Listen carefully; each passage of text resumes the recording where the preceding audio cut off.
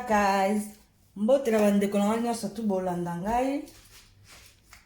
Esika nyonso tu bozwami na pesi bino ba bonjour ba bonsoir na air nyonso pesa mela bino.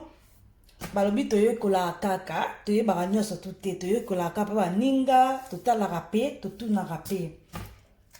Leo na yo lakisa bino ndenge nga na salaka njinja na ngana garlic.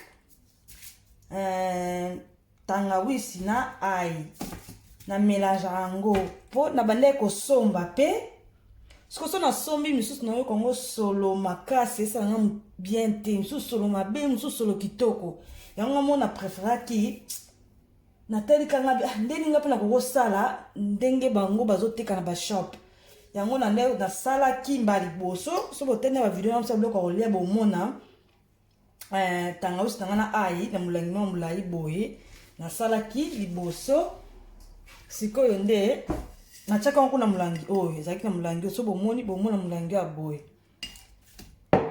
yango siko esilaki na ina sa msufu na chaka na litungulu pe songo solo kitoko pe songo gu erumela ezwaka ngata ba 1 mois 2 mois soki na sala ngebele erumela vraiment ebeba te ezala vraiment bien na chaka ngoka ai litungulu moko na mélange yango bolanda ndenge na osala yango nande na onika ngo ti na kotongo na mulani na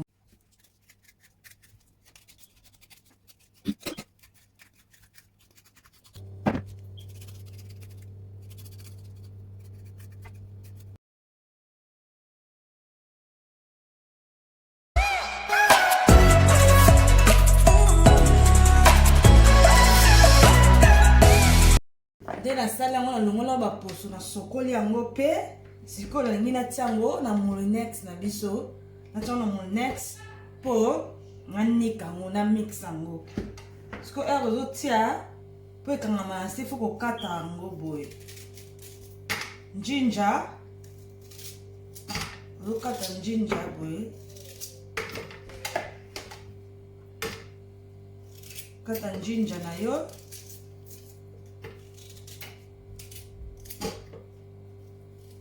po sozo nika ekangama na se te po za so kati bien te ekangama na se azwi pe ba ai na nga garlic yango na tie pe na kati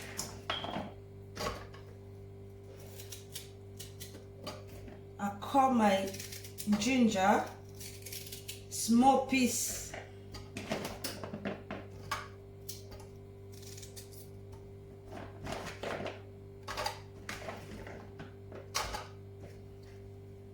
comme onion as well. Na okata litungulu na ngai na chongo pe na kati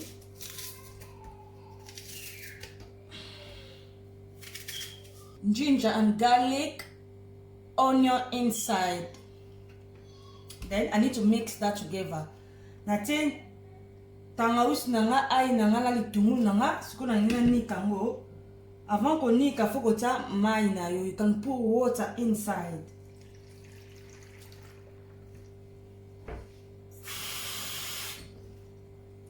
Webi mezira mai okota na kati. Po enikama.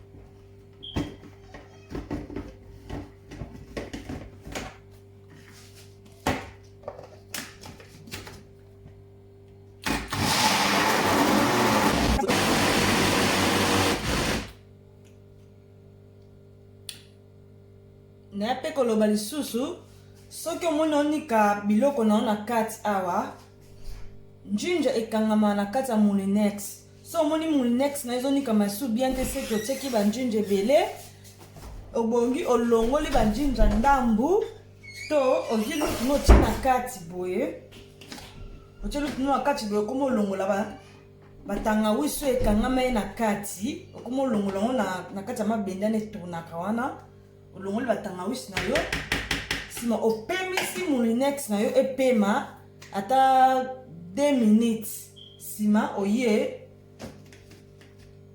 kofungola su moulinex na yo ebanda kosala ngai napemisaki yango siko na ye kozongisa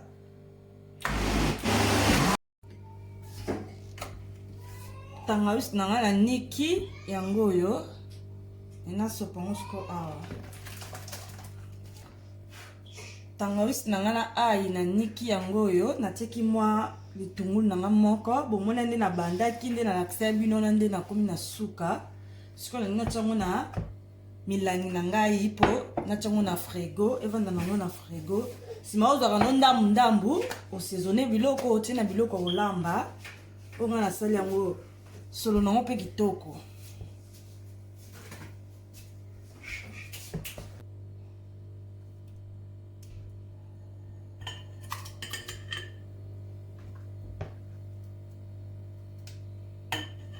Tangawisi nanga yango oyo na tiango awa. Siko na kanga yango. Nakanga pe oyo na moke na tie awa. So na milangi ba mayonnaise, milangi nyonso kotia ndamu musu etikali na tiango na bol oyo. Otiango na frigo na yo evandi nango ozoza ndambu ozolambela. Na pesi merci na bato nyonso tu ba olandanga. Thank you na mutu nyonso olandanga. Na bandi nde na bandaki na bandeli pe na komi na suka na laksi bino eta easy po na osala. Eza nango pasi te po na osala. Osominoka biloko na wana osali. Otieno na ndako. Écoutez nango pe cher te. Écoutez nango pe mbongo ebele te.